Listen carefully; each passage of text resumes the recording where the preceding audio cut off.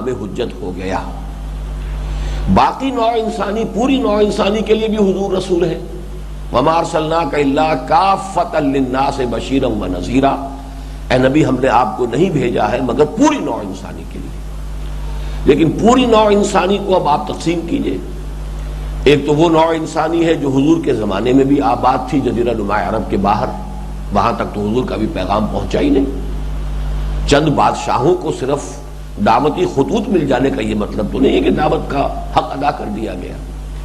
آپ نے مکے میں 13 برس تک دعوت دی۔ خدا یہ کہ صرف کسریٰ کے نام ایک خط چلا گیا یا قیصر کے نام ایک خط چلا گیا تو وہاں کے عوام الناس جو ہے ان تک تو ابلاغ نہیں ہوا ہے، ان تک اتمام حجت نہیں ہوا ہے۔